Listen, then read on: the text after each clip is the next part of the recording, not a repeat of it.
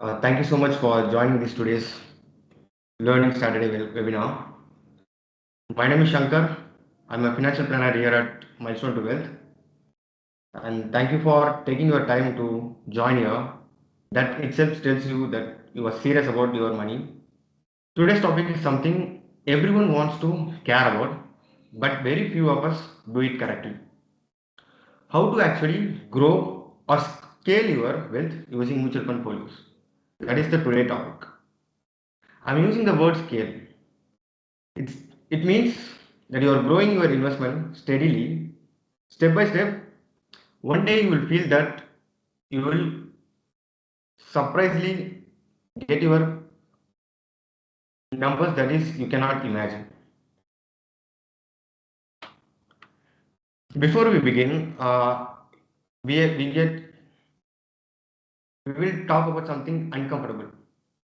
That is your mistakes. Most of investors don't fail due to lack of money. They fail due to few unavoidable habits. The first one is chasing tips and trends. Someone on TV, maybe news channel or a WhatsApp group says this fund is the next performing fund. And what you do?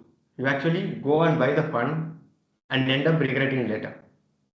Without a thorough knowledge and research, don't invest in any funds. If you cannot done this by yourself, please give it to mutual fund distributor. They can handle the pressure. The second one is friends recommendation. Some of your closed one, maybe your colleagues or a friend, have achieved great returns from their funds. So they suggest you to buy the same fund. But their goals, their income, and the risk tolerance would not be same as yours. It's different. The third one is market hype. This is where herd bias comes in. When everyone around you start making money and you felt like FOMO, so what you do, you start buying this fund exactly at the wrong time, at the top of the cycle.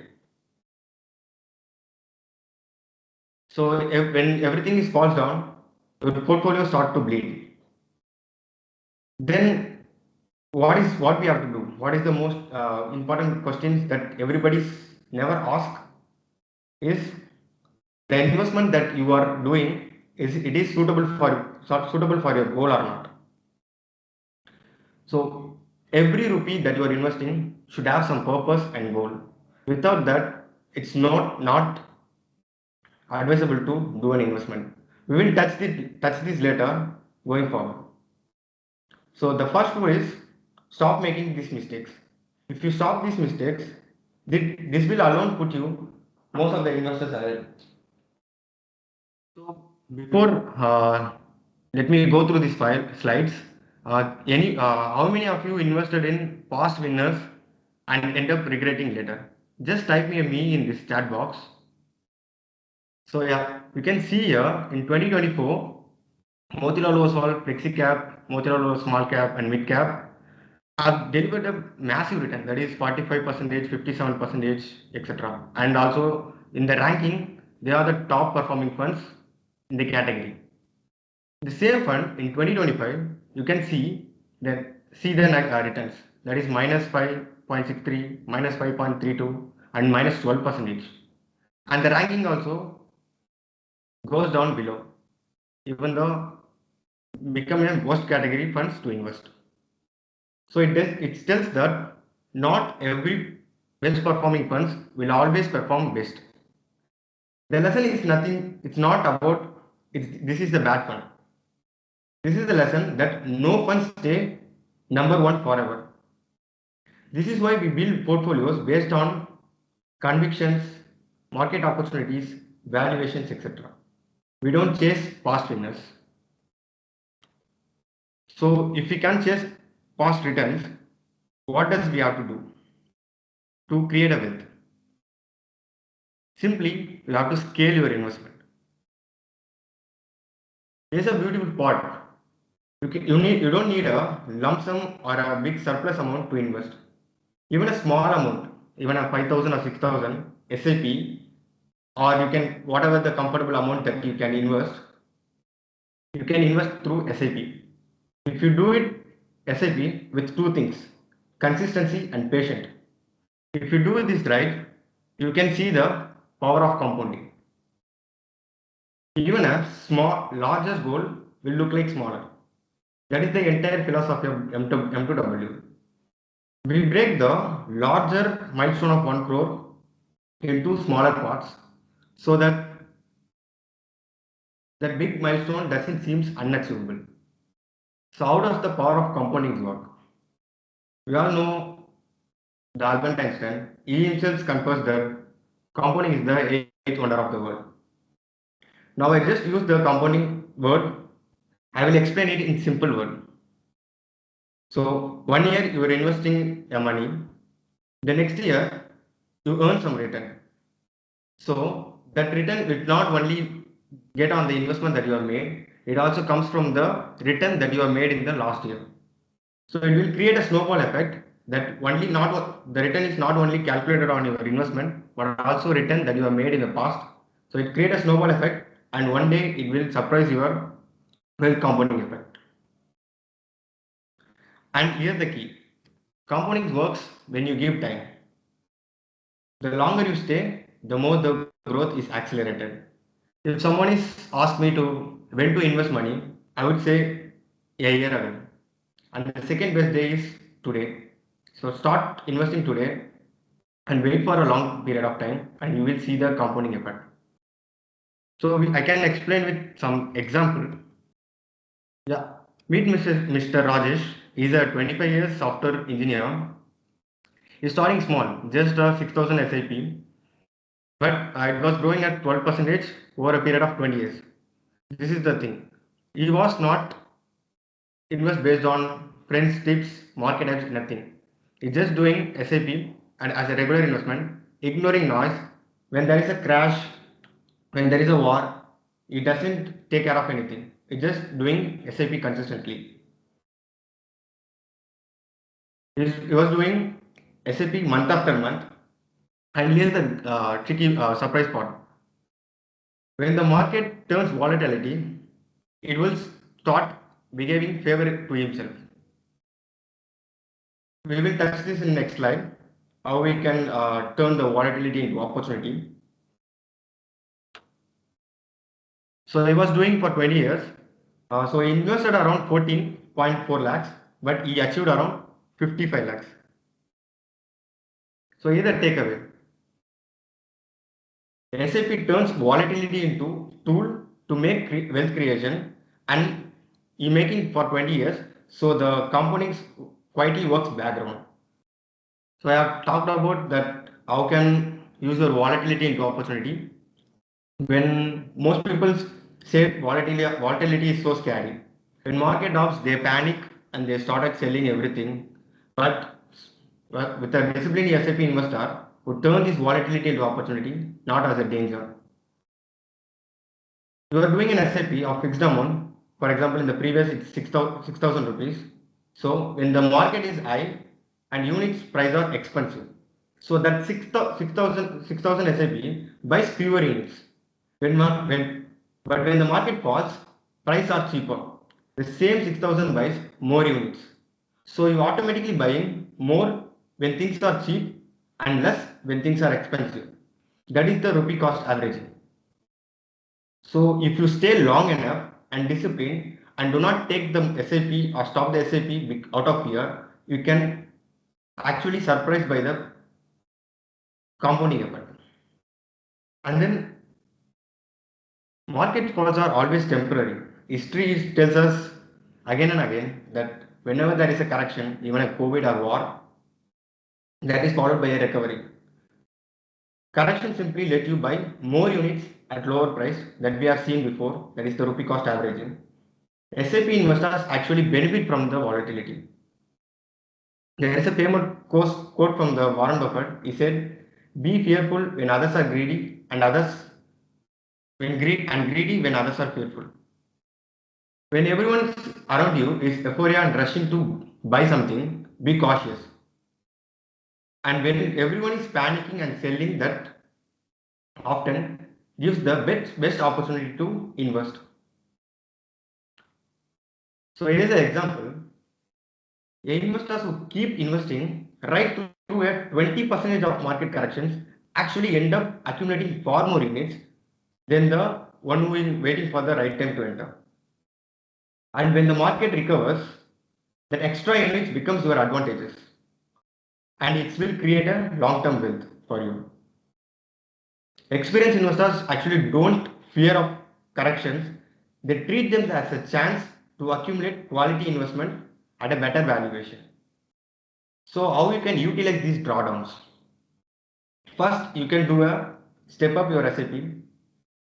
As your income grows, your investment should also grow with the same percentage or at least compare with the percentage. So put extra amount, even a 10% of your SIP, it's better. The second one is surplus money. When you have a large amount of lump sum that is lying on your locker, invest that when the market is down. So it will create a compounding effect, accumulate more units at the lowest price. During the longer term, it will show the compounding works. And the last one is the other spot, avoid emotional decision. Do not panic sell anything. Don't stop your SIP. Let the strategy will follow. Don't deviate from the track because a long-term mindset is what actually creates wealth. And entering at a lower market level can genuinely improve your future returns. Now let's shift from how you invest to why you invest. Because that is where most portfolio lose directions. If I ask many investors why you are investing, the answer is like mostly vague. To make money, for better return, like that. But money without a purpose has no anchor. The first things the first thing you pull out when markets are get carried, when there is no goal.